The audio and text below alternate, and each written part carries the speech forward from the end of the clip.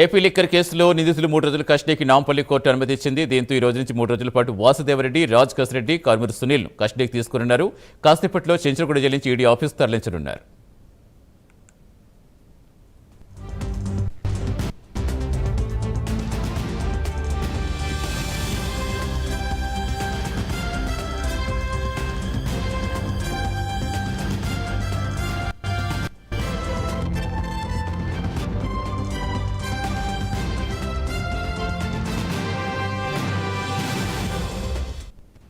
AP liquor కేసులో నిందితుల 3 రోజుల కస్టడీకి నాంపల్లి కోర్టు అనుమతి ఇచ్చింది. దీంతో ఈ రోజు నుంచి 3 రోజుల పాటు వాసుదేవరెడ్డి, రాజ్ కసిరెడ్డి, కార్మూరి సునీల్ను కస్టడీకి తీసుకున్నారు. కాసేపట్లో చెంచులగూడ జైలు నుంచి ఈడీ ఆఫీస్కు తరలించనున్నారు.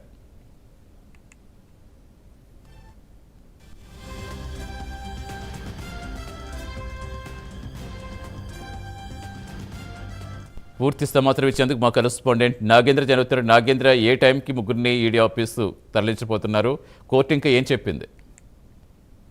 Thank you Satish. Andhra Pradesh liquor కేసులో కీలక పరిణామం చోటు చేసుకుందని చెప్పాలి. ముఖ్యంగా ఈ కేసులో ప్రధాన నిందితులుగా ఉన్నటువంటి వాసుదేవరెడ్డితో పాటు రాజ్ కసిరెడ్డి, అదేవిధంగా మాజీ మంత్రి కారుమూరి నాగేశ్వర కుమారుడు అయినటువంటి సునీల్ కి 3 రోజుల పాటు కస్టడీని నాంపల్లి కోర్టు మంజూరు చేయడం జరిగింది. కోర్టు ఆదేశాల మేరకు మర్కాసియాపోర్ట్లో ఈడీ కార్యాలయానికి చెంచలగూడ జైల్లో ఉన్నటువంటి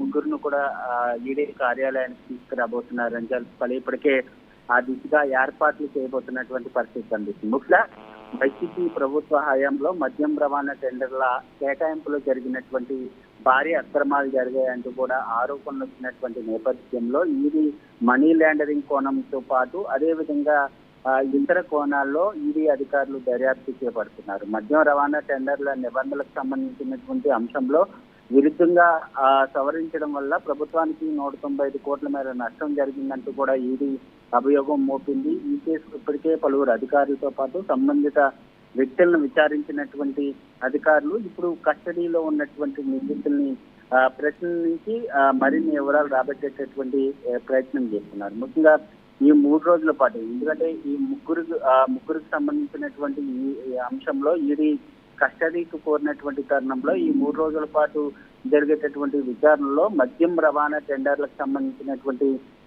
ప్రక్రియతో పాటు ఆర్థిక లావాదేవీలు, అదేవిధంగా నిధులకు సంబంధించినటువంటి బదిలీలతో పాటు ఇతర కొన్ని కీలకమైనటువంటి అంశాలపైన నిందితుల్ని ఈడీ ప్రశ్నించేటటువంటి అవకాశం అయితే కనిపిస్తుంది. ముఖ్యంగా ఈ ముగ్గురిని ఈ 3 రోజుల పాటు ఈడీ విచారించిన తర్వాత మరిన్ని విషయాలు ఏపీ లిక్కర్ స్కామ్ కి సంబంధించినటువంటి అంశంలో వెలుగులోకి వచ్చేటటువంటి అవకాశం అయితే కనిపిస్తుందని చెప్పాలి. Right, thank you Nagendra.